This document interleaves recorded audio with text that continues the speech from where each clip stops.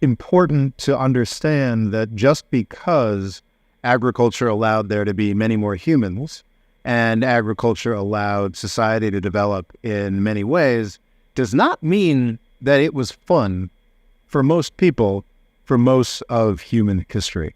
To understand geopolitics, you must have the freedom to be honest. The More Freedom Foundation podcast. So, hello Rob, how are you this week? Not bad. Rory, how things going with you? Things are going okay. I see you're back in New York. How's it treating you? Treating me well. It's, I think July was hotter than August. So, so far, goodness, so good. Because you're having a heat wave, aren't you? Nope, we're good. We're good. No, this is... Good work.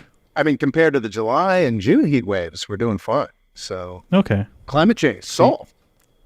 Oh, that's good to hear. Yeah. Good to hear. So what would you like to talk about? I want to talk about agriculture, Rory, and how it sucks. Oh, why? What's it done now? Agriculture is, of course, very important. I just had a couple cashews before I sat down here. Everything in human life and society is only possible because of agriculture and because of the agricultural revolution that we experienced at some point between 9 and 15,000 years ago, depending on who you ask. I think there's been multiple, is it 7 green revolutions? Oh gosh, that sounds entirely possible. I'm not familiar with that formulation, but I believe it. I believe it. But important to understand that just because agriculture allowed there to be many more humans and agriculture allowed society to develop in many ways does not mean that it was fun for most people for most of human history.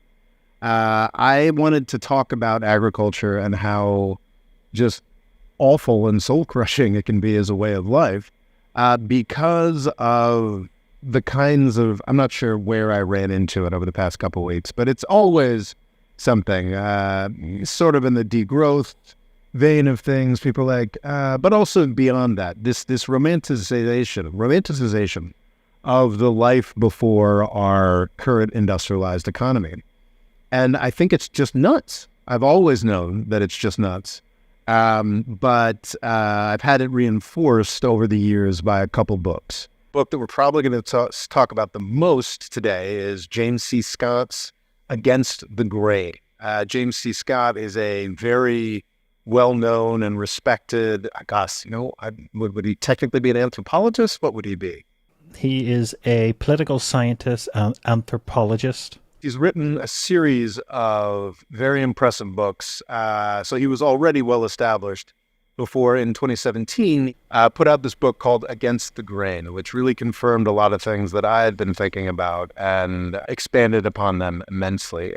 But we were basic hunter-gatherers, then we collected some grains, we all learned from Henry VIII, and now we have AI. That's how things work, isn't it? Yep, that's how it works. That is human history. And I think in part, he's sort of rebelling against exactly that kind of sort of progressive, things have just been getting better all the time. And I think his main point with Against the Grain, put in a variety of complicated ways we won't be able to get into, was that the advent of agriculture was a catastrophe for the vast majority of human beings. It meant, and this is important and this is good, and we couldn't have gotten to where we are today, which I believe is vastly better than either hunter-gathering or early agriculture. We couldn't have gotten to where we are today without as many human beings as we've had. But what agriculture led to initially was incredible suffering for the vast majority of people so that a small minority could benefit. And that's pretty much what civilization was. Since we started farming, certainly by 9,000 years ago, is we all agree that more and more sedentary populations were becoming a thing. Civilizations were expanding, that sort of thing. Agricultural civilizations were expanding. But it's been that way from then pretty much until like the 1800s in most of the world. And still in some parts of the world today, agricultural life is a horrific drudgery. And I think we're kind of misled in the English-speaking world, because in the English-speaking world, sharing this with really just the Netherlands, agricultural life has been a bit nicer for a bit longer. So maybe for the past 300 years, in parts of the United Kingdom, parts of the Netherlands, and much of the United States, it was possible to have a much more well-rounded, much more pleasant agricultural life than it was for all of human history. And what really launched me on this topic for this podcast is this book I'm just finishing up now called The Discovery of France by Graham Robb. It is They finally found it? They found it. Fascinating book. So I'd always known that France was sort of a catch-up country when it comes to industrialization. Like what China's has been doing over the past 30 years, France did in the second half of the 19th century, catching up with Britain in terms of industrialization.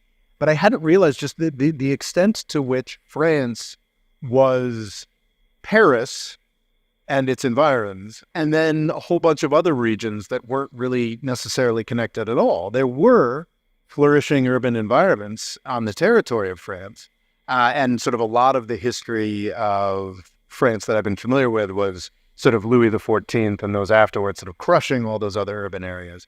But what I hadn't really appreciated as much until I read this book was just how much of the territory of France, which is a very large country, was incredibly isolated, incredibly agricultural, and even in some ways almost prehistoric in the way that people were living well into the 1800s. But a lot of the world would have been like that. Like the vast majority of people, maybe 90%, even more, would have worked in agriculture. Absolutely. I had always sort of envisioned agriculture as, at least in the 1700s, 1800s, 1900s, was like, oh, well, it was getting better as long, at the same pace that everything else was getting better. And what was sort of so shocking to me by this book, that even France, this is, one of the great powers that was the last great power that posed a serious threat to the British Empire before it knit the world together. Even in France, into like the 1860s, you had people who were regularly not capable of feeding themselves. And it's like, that's what agricultural life was for all human beings for thousands of years. And it's one winter away from disaster. Yes, exactly. There's this great passage in this book that this is talking, I think, about like the 1880s in France, talking about how, human hibernation was a physical and economic necessity. Lowering the metabolic rate prevented hunger from exhausting supplies. So even if it was a normal winter and a normal harvest. Now, this is not every part of France. There were absolutely parts of France, even in the 1700s, or the 1600s, where you could have prosperous farmers.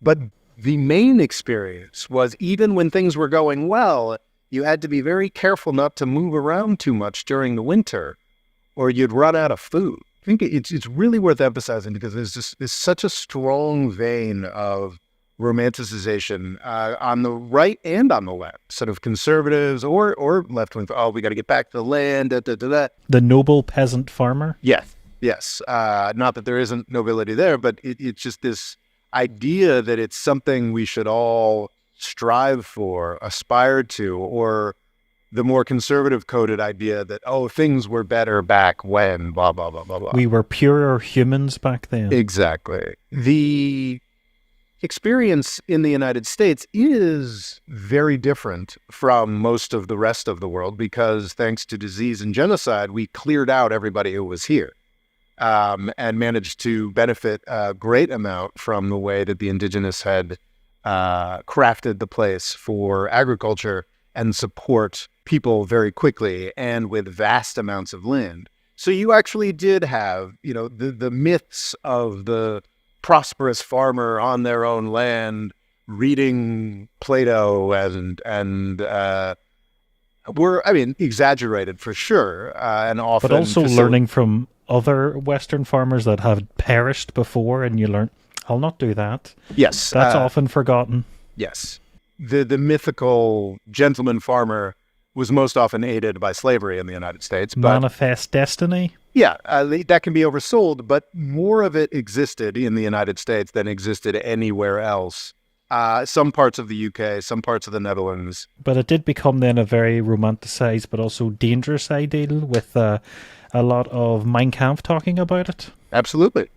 Absolutely. It's underemphasized that a lot of what Hitler was talking about, the Lebensraum, and that he wanted, the living space, was inspired by the way that the United States was able to spread out over a depopulated continent. And he wanted that. He wanted that to Germany's east. So yes, an incredibly dangerous idea that is just like, but what they're romanticizing is nuts. You know, it's funny. This is like a very neoliberal coded thing to do, and I'm drifting away from neoliberalism or what have you. But I do think it's still very worth emphasizing that, as frustrating as things are in this modern world, as many of the dials that need to be tweaked and turned in different ways, it is so much better than anything that has come before. And that's worth spending an episode emphasizing. The James C. Scott's book is interesting. I was reading some of the critiques, and I think he's absolutely on point, what he's talking about with the just horrors of being forced into agriculture. It's not 100% certain, but it does seem very likely that most people who started farming were forced into agriculture by more powerful people. Whereas the prior view was that, oh, we just chose to do it. Or also hunter-gatherers that sort of had seeds that they were, say, eating, naturally were growing closer to where they were at, and they were more prosperous. So those people would do better and outcompete other hunter-gatherers, and they become civilization. Yeah.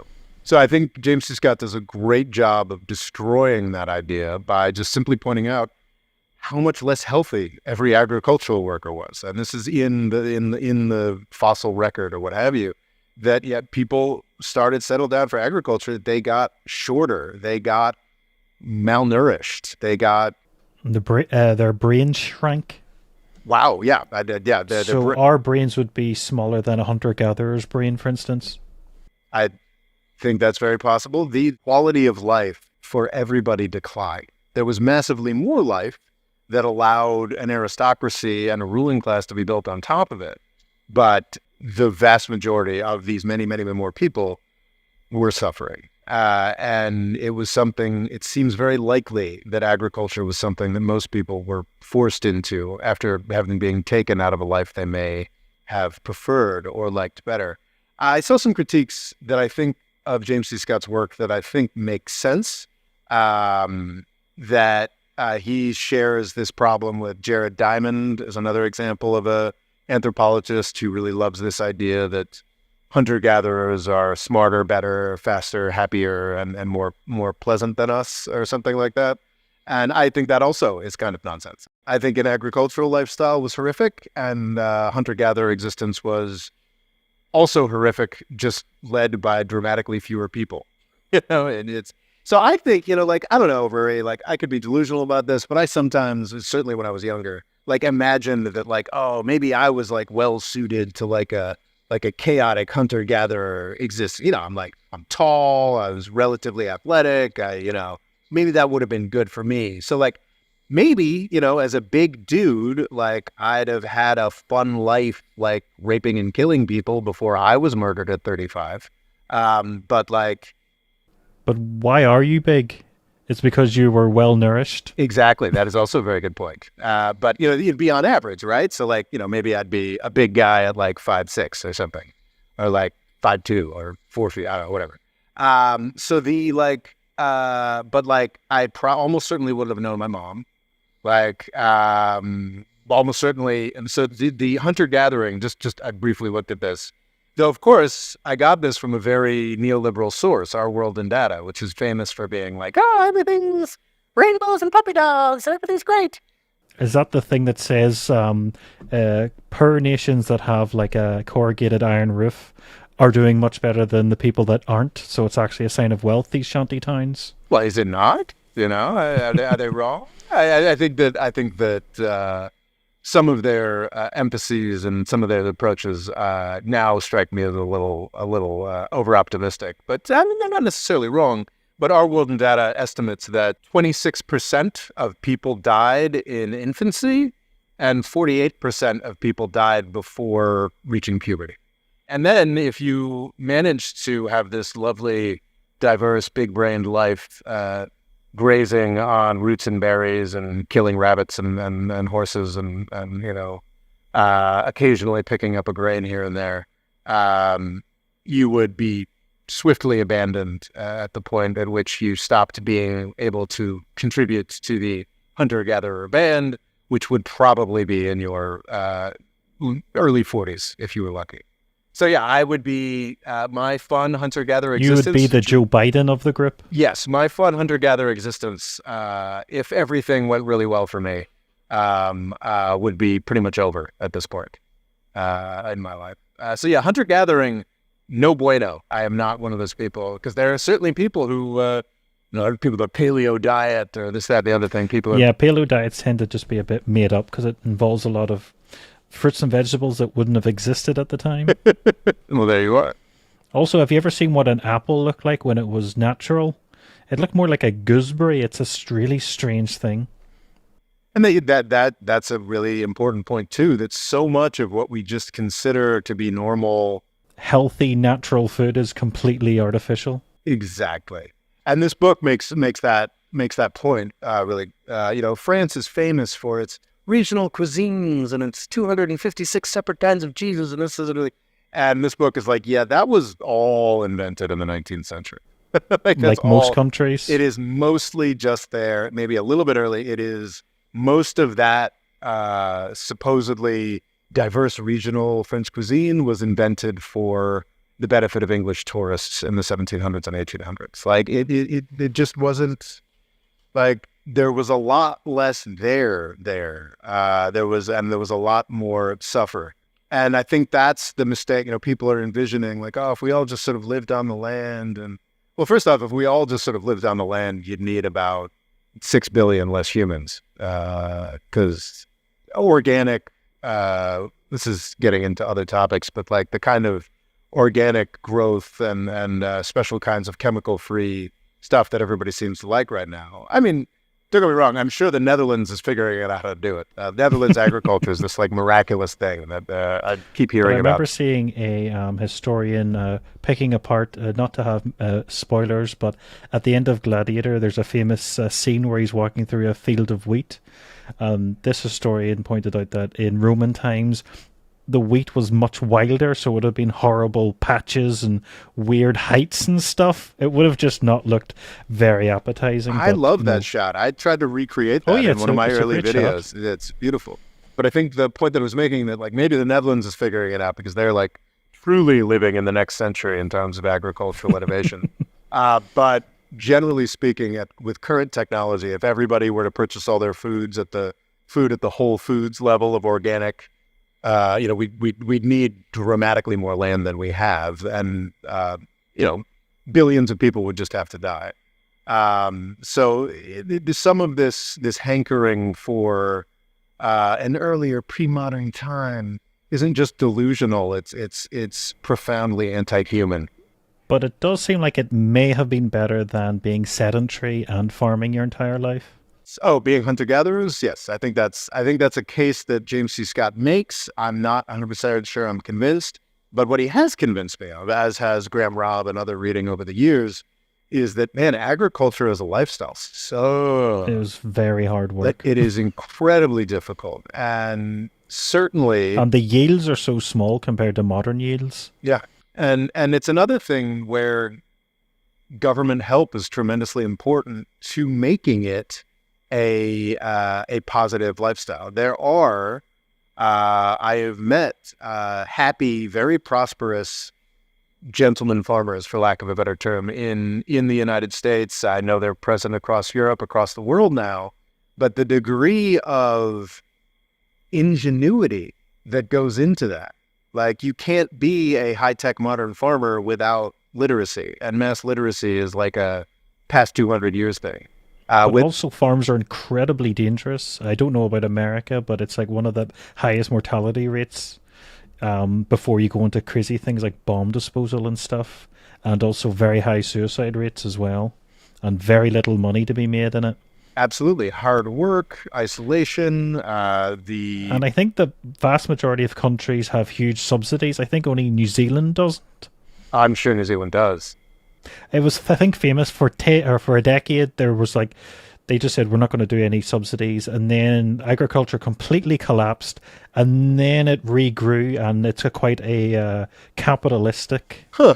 form of agriculture. I think they have a certain breed of sheep where you just leave it because there's very little money in sheep, and if it quite often it'll turn back up within a year, and then you can shave it. So it's a self-sufficient sheep. But I think most countries think America's famous for, isn't it, corn and peanuts are heavily subsidized. Everything is heavily subsidized. I really want to read more about that New Zealand example. I've never heard of that. That sounds fascinating. Well, because it was one of the arguments against Brexit. They're like, oh, we can do X, Y, Z. And you're like, yeah, but New Zealand did one thing. It didn't do everything at once. Yes, yeah. I'd have to look into that. That's fascinating. So the United States, Europe, Japan, really every successful agricultural country has tremendous farm subsidies. The EU was basically a big farm subsidy for a long time. It still is. The Common Agricultural Policy is and that's why Britain, before it left, got a really good rebate, because France was making a lot out of it, and Margaret Thatcher was like, this isn't fair. So they're like, right, you can get a big rebate too. Interesting. The agriculture, there's this book I read a couple of years back called How Asia Works. And it was interesting, talking about how successful land reform had been in a few countries, Taiwan, China, Japan, and South Korea, and how unsuccessful it had been in many places because the government didn't give the support that was necessary. If the government is there to provide materials, financing, still a loan, but a loan that's not on a, injurious rate, financing, education, part of the ability for there to be successful, super independent gentleman farmer types in the United States with their guns is because of the centuries of investment that U.S. agricultural universities have done in creating a lot of these agricultural products, a lot of these breeds of animals that could be particularly prosperous in finding out the appropriate methods. So in Asia, the countries that succeed with land reform are people that are like, yes, we're going to give people plots of land, and then we are going to teach them how to do things, give them money how to do things, and then yes, you can have somewhat China prosperous. did horrendously get it wrong in the 60s. Yes, the collectivization led to mass famine. And one of the first things that they did in the 1970s, even before the special economic zones became such a big deal for manufacturing, was they allowed farmers to sell their. I think they had a certain amount they were obligated to give the government, and then they were allowed to put the excess on the market, and that was sort of what launched the Chinese miracle. Because initially China couldn't really sell a lot of its industrial goods. It was first selling its industrial goods to the farmers that they had allowed to start making money. Was that Taiwan? I could be wrong about that. But it's a great book, How Asia Works. I highly recommend it. But also rice is just an incredible plant in general. It's the fact you can store it, it's seen as wheat and rice. You can store, which then means you have a form of value. So that's where kings and emperors and stuff start from. But rice, you can double crop it, so you can get like a mini crop the same year. And then you're also able to collect it at different altitudes, so you can collect it a little bit at a time. So it's also why you have massive populations in Asia, because rice is just incredible. Well, it's also incredibly work intensive to produce. It is, but all agriculture is. Exactly. It's sort of the illustration of that sort of catch-22. It's like you need more people to make more agriculture, to make more people, and I think also that's also where a lot of what we know as the Vikings came from. Before, they used to just use the what was it, the Egyptian plough, which by the name would suit siltier ground, but it meant the more northern you got, it didn't really work. So there was a new plough invented that then massively blew up the populations in Northern Europe. And then because of their laws that basically says the first son gets everything, a lot of these second sons then went raping and pillaging. Yeah, it's Malthusian traps. John, and I think, did I get this wrong? No, it's John or Thomas Malthus. I think I got this wrong in an earlier podcast. Regardless, it was a British guy who just talked about the incredible misery that more population brings, and that was a lot of human history for about 9,000 years. That's why there was the big no more than 1 billion movements. The what? Do you remember a lot of people theorized around the turn of the 19th century, populations beyond 1 billion, we don't want that. That's a terrible thing, and we can't cope any more than 1 billion. Well, we seem to be rocketing towards 8 or 9 at this point, and it is crazy. I think we're doing pretty well, honestly. I know that's not a popular. They think it'll level out at around 9 to 10. I don't think we're going to make 10. I think because 10 is what they expect, but it's been a pet peeve of mine for a while that there's some UN projection that's like, Nigeria is going to have 1 billion people by 2100. And I'm just like, no, it's not going to happen. Well, I think their birth rates have started to already come down. It used to be like 8 and now it's down to 6. Exactly. And I have somewhat smugly watched those projections fall over the past decade. And they will continue to do so because Africa is not different from every other country in the continent in the world, where when people reach a certain level of affluence and a certain level of aspiration, they stop having so many kids. So yeah, I don't think we're going to hit 10 billion. But one group of people I think this book wants to recharacterize would be the barbarian. Yeah, that is a fascinating, just talking about how the barbarians are also dependent on agriculture to an extent as well. You can't have those extraordinary steppe nomad cultures. Obviously, Genghis Khan is the one that comes to mind the most, but this was a dynamic going back for as long as there was agricultural civilization. But you can't actually have those massive nomadic societies of that size and power without agricultural communities to predate on, to steal stuff from. That was another revelation of the book that I found pretty interesting. Well, I think they were also saying that you could also then hire these people as protection. So there's a symbiotic relationship. Absolutely. And I don't know. It's just another aspect that it reinforces the miracle of the world that we live in. Malthus, the British vicar, who was just like, everybody dies and war is inevitable. War and famine are an inevitable result of greater populations. He's famously wrong, but for most of the history of agriculture, he was entirely correct. And it is miraculous that we seem to have slipped the bounds of that to the point where, and that is worth emphasizing, like we may poison ourselves with the carbon. That seems to, the Hawaii wildfires emphasize again the possibility of destroying the world that way. But it's just stunning to me how Malthus was wrong. The people you were talking about who wanted to limit population to 1 billion were wrong. Paul Ehrlich, the famous 1970s population bomb guy, the most effective new Cold Warrior we ever had, the guy who ended the Cold War with China before it even started by getting them to institute the one-child policy. The idea that we were going to run out of food or we were going to run out of this mineral or that mineral, it's really not the case. Like we're now to a point where we're actually poisoning our environment. Like we've become so big and so powerful that it's almost like it's just our breathing of the carbon dioxide that's the problem. But we've also got the tools to solve that too. And it is miraculous. And it's so frustrating to me when I hear people condemn all of this and pretend that what we had 100 years ago or 500 years ago or 10,000 years ago was better. It wasn't.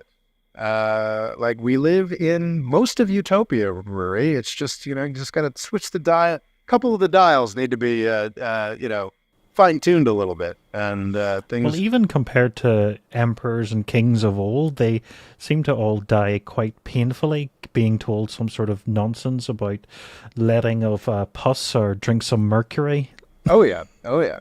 And I'm just reading these books now, and just what cuisine was like in the 1800s, and it's kind of fascinating that people were beginning to develop tastes. In the United States, we have this image that we finally got fine dining from the Europeans in the 1800s. You know, that's when we finally started learning how to do stuff and consume food like a civilized person. But then you just look at the menus of like what we thought was fine dining in the 1800s, or like let alone we just did a couple episodes talking about the Tudors, talking about 1500s royalty. So I've been reading a lot about just what they would be eating, and it's just foul. Like, this is literally what kings were eating, and it's just like, well, we've got a pudding with eels in it, and it's just like, And there would have been a lot of offal. It was seen as a very the best bits were kept for the royalty, apparently. So there would have been a lot of offal and strangeness. like intestines and such. Oh yeah, yeah. Apparently, that's something that has become less popular because it's hard to refrigerate the industrial process. But it would have been a lot of quite boring and bland, but what we would consider to be disgusting by modern standards. So prior to the 19th century, there was certainly luxury eating. You know, the wealthy, the much smaller wealthy elites had chefs and you know, more rarefied ways of eating. But God, it was worse and less interesting than what I can get going into any convenience store in the United States now. Dramatically so, and less healthy as well. And most of the rest of the population everywhere in the world had to walk slowly during winter so they didn't burn so many calories that they ran out of food. And like, that is just a terrible existence, and one that it's very hard for me to be nostalgic about.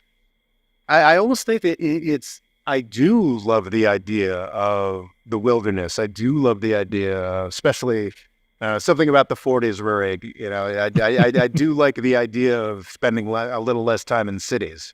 Not quite. Have you got into gardening yet? No, but I've got some plants that are still alive. A couple of years later, you're getting there. Yeah, that's a big step for me. But I find myself, you know, like I get the lust for nature, but I think it's a fascinating vision of what we are capable of now in terms of self-sufficiency in an agricultural context. But it's only, you know, I watch these guys on TikTok who are just like, I bought my plot of land, but like, none of that is possible without the incredible crush of population and technology that we have right now. But to bring it back to how many people worked in agriculture, it's like, how hard is it to find someone that works in agriculture now? You're having to go to TikTok to find them. Yeah. It's a tiny percentage of the population is able to feed all of the population. It's extraordinary how much better things are. And they think we're on the verge of another agricultural revolution. So the idea of like nanobots being able to laser pests rather than using chemicals to kill them. So it would mean the plants wouldn't have so much byproducts of pesticides in the plants. The Netherlands again, isn't it? I bet they're doing it. I think that's still theorized, but you're able to do a lot more with satellites and comparing different years to others. Sure, and you know, vertical farming. The Israelis have pioneered a kind of drip agriculture that uses dramatically less water, so you can now envision even though, well, I think one of the most extraordinary things, and don't quote me on this, but I believe I read somewhere, is this just the United States? Definitely true in the United States, but might actually be true worldwide, where despite the fact that we are feeding 7 or 8 times more people than we were 100 years ago, we're doing it on less land. Oh, yeah, becoming a lot more efficient with land. Yeah. But as you say, farmers are a lot more educated now. There's a lot more going to university to learn about biodiversity, crop rotations, all this carry on. It's a lot more scientific. And yeah, again, like that's the romanticized. It's a big part of U.S. political culture. Be like Thomas Jefferson, the educated, farmer out figuring things out and reading philosophy. But again, that's only possible because of millennia of suffering, and I think I've read this in one of the reviews of James C. Scott's thing. It's kind of extraordinary that agriculture has both managed to be this incredible curse on mankind, but also settled agriculture, like one of the best things that's ever happened to us. We're only now beginning to reap the benefits of thousands of years of suffering. Yes. It is quite something, and so recent. Just the stories in this book. It just the way that people lived so recently. But even my father would have, when as a child, they would have only bought what was in season. And the idea of even considering what's in season nowadays it's like a fairy tale. I don't know, man. I was actually thinking I should do more of that. Like just get like a little chart for the kitchen, because I have no concept of when anything is in season. But that's what I mean. You don't have to. You just go to the store and it's there. But I'm used to complaining a lot about produce in the United States. Okay. So and this is very true, in Turkey, and I'd imagine in much of Europe, the produce is just infinitely better than it is in the United States. To use a Android and Apple analogy, America does things more like Android, which is it waits to see if something goes wrong and then it'll take it off the store, while Apple and the EU have to prove that food is safe. So it's a very safety first way of doing things. So yes, the standard of food is a lot higher, from what I'm being told, than European Union to America. Yeah, and I think that's very just, in the United States, like, oh, we've molded corn syrup into something else. Here you are. Yes. Also, there's a lot of trans fats in America, I've heard. I thought those might have finally been. But that's one of those things. To say it doesn't have trans fats is sort of a terrifying thing. I think I feel like trans fats might have been faded out over the past decade, but I'm not entirely certain about that. But it's not just the corn syrup or what have you, just basic produce. It just tastes better I don't know if we just export it from further away in the United States, or like we just. So I'm used to, like, I can't eat tomatoes in the United States anymore because they're so much better in Turkey or what have you. But I went to the grocery store and bought some strawberries kind of randomly, and like bit into one of them and was like, oh my God, this is marvelous. This is like a Turkish strawberry, which basically means that, oh, okay, so apparently late July, strawberries are actually in season. And I could probably have that experience with more of my food if I, actually had a sense of when the seasons were. So agricultural knowledge is valuable, and perhaps we should all have more of it, seeing as how many of our ancestors died for it. What was your favorite part of the book? Which book? I'm... The Against the Grain? Gosh, it has been a while since I've read Against the Grain, but the thing that's always stuck with me is just the start-stop way that civilization had developed. And he's got these chapters, I think it's towards the end, where he's talking about the early development of agricultural societies. And I think this is very instructive for people who fantasize about some kind of collapse or some kind of shift back to the land, or more natural, more human-centered approach to things. And just the matter-of-fact way that he described other anthropologists describing. And in this particular section of Mesopotamia, there were roughly 90% fewer people alive 50 years later. Just the boom and bust of agriculture? Well, it's just what would happen when a particular agricultural society was crushed by barbarians or fell apart for whatever reason.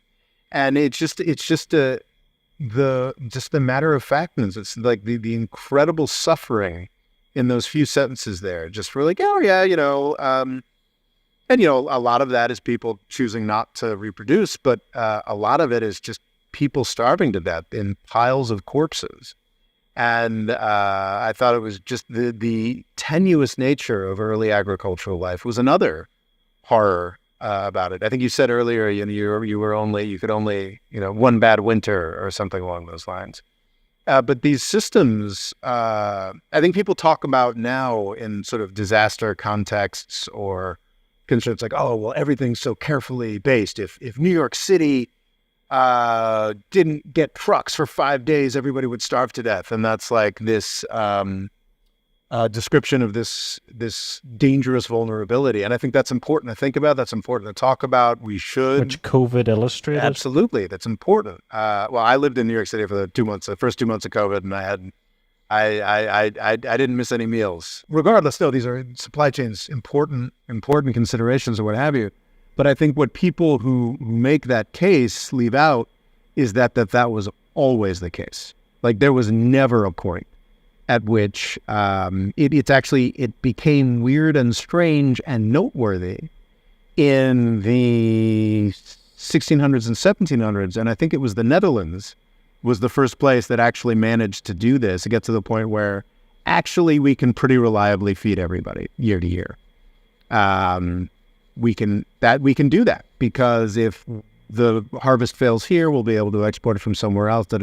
So I think there's this view that the tenuousness, the vulnerability of our supply chains is some kind of modern problem. Yeah. It is not. It is a constant human problem. I'm not making the case here for just-in-time manufacturing. I think we've gone too far in that direction in certain respects, and smart people are thinking about it and correcting for that as we speak.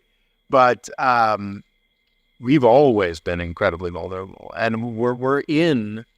And this is another, I think I've been speaking up for government more and more recently, but this is another thing worth emphasizing is that like we are so dependent on so many things going right. Like, can you imagine modern farming in any country without the national weather services or, being able to predict or manage anything? Another big bottleneck for agriculture currently is oil. Because, tractors and considering how many plastics and the pesticides are all oil-based. So it's a terrifying thing if there was ever to be not enough oil with our current agricultural setup. I mean, absolutely. We've been raised to a higher and higher level of production. And there's even food-grade oil. Quite often apples are covered in it to keep them lasting longer. Really? I didn't know that. Yeah, so that's pretty scary. That doesn't make me feel very good. But I think the book we're kind of portraying it as hunter-gatherers were a terrible place to live, but I think he's trying to point out the opposite, is that living in a agricultural society was terrible and hunter-gatherers was better than we've been led to believe. But one sort of criticism of civilization with increased agriculture was slavery. He says you don't really find slavery in hunter-gatherers, possibly because, as you say, everybody was needed, and as soon as they weren't, they were left out to pasture. So there wasn't really a want to have another mouth to feed. But it does seem to be a negative side effect of these large stockpiles of grain. Yeah, scale. You need scale to be brutal. If you need every person in a small unit, and you're stuck with the people you have, you're going to tend to treat them better. If you're a sort of big man in a small group, or big person in a small group. Whereas if you get to the scale of thousands, make hundreds happy to make the rest of the thousands absolutely miserable, and make yourself happiest of all. It's a human condition. It's not great, but it has the potential. I would argue it is great. Like what we've managed to do all over the world as human beings is extraordinary, and we are like so close, I think, to it being even better. And I think understanding that there is very little in where we came from that is to be idolized or sought after is important. So we can truly appreciate just how much nicer it is now. What agricultural policies could we employ to provide food for everyone in the world? Because sadly there's a lot of the world still not doing well. Well, that's That is a very technical question, Rory, that I am not equipped to answer at this moment. I do know that there are a lot of downfalls to the way that food aid is currently practiced, the degree of dependency that we've created. But I think what is largely true is that most actual examples of people starving to death over the past 50 years have not been, over the past century, really, have not been questions of shortages or ecological disaster or that sort of thing. Well, I'm thinking of the Soviet famines and then the Chinese famine. These were all political choices and a willingness to believe flawed science because of it promoted, Soviet ideals over Western. The classic ideal of famine in my formative years in the 1980s was a horrific famine that was occurring in Ethiopia. That too was a communist-leaning government. But one of the great horrors of 2020 was another Ethiopian leader using famine as a weapon, and Abiy Ahmed was a neoliberal in good standing until the fall of 2020. So it's political choices that lead to real hunger. There is an interesting distinction that I was thinking about a lot with this book, and I think it comes up a lot. I recall, hopefully less of an issue, but I recall reading a lot about it in the Indian context. There's a distinction between actually starving to death, like absolute starvation, that is experienced in mostly political situations. When this is something I'm looking into right now, it seems as though the people of Nagorno-Karabakh might be being starved by the Azeris right now. That is a pretty dire example of starvation being used for political purposes. But there's a distinction between actual physical starvation and just a general level of malnutrition. And I know in the Indian context, this could have been a decade back, was talking about Indian farmers or Indian, just more rural people in India who were prioritizing other things over the basic nutrition that their families needed. And it was, I remember reading that and be like, oh, how horrible that someone is focusing on education or gas rather than feeding their kids or something like that. And then it was interesting to see that, like, in this book. I mean, that was the European normal up until the 19th century. And I think the problems of today are more malnutrition or bad nutrition than they are abject starvation, which is an incredible testament to how well we've organized things in the modern era. That we've got 8 or 9 billion people, and very few people are starving. Well, they say there's nearly more obesity than starvation. What a miracle. What a miracle. And why would you want to go back to an earlier time, an earlier approach to things, where starvation was more of an issue than obesity? And I'm not saying that there are problems with, I have not looked seriously at the food complex in the United States in a number of years, but I think that's probably something that I need to take a look at. Because it's pretty clear to me that we don't need to just, as a guy who's trying to lose a little weight, it's just like, do I need to have this many options that are terrible for me, like at my fingertips?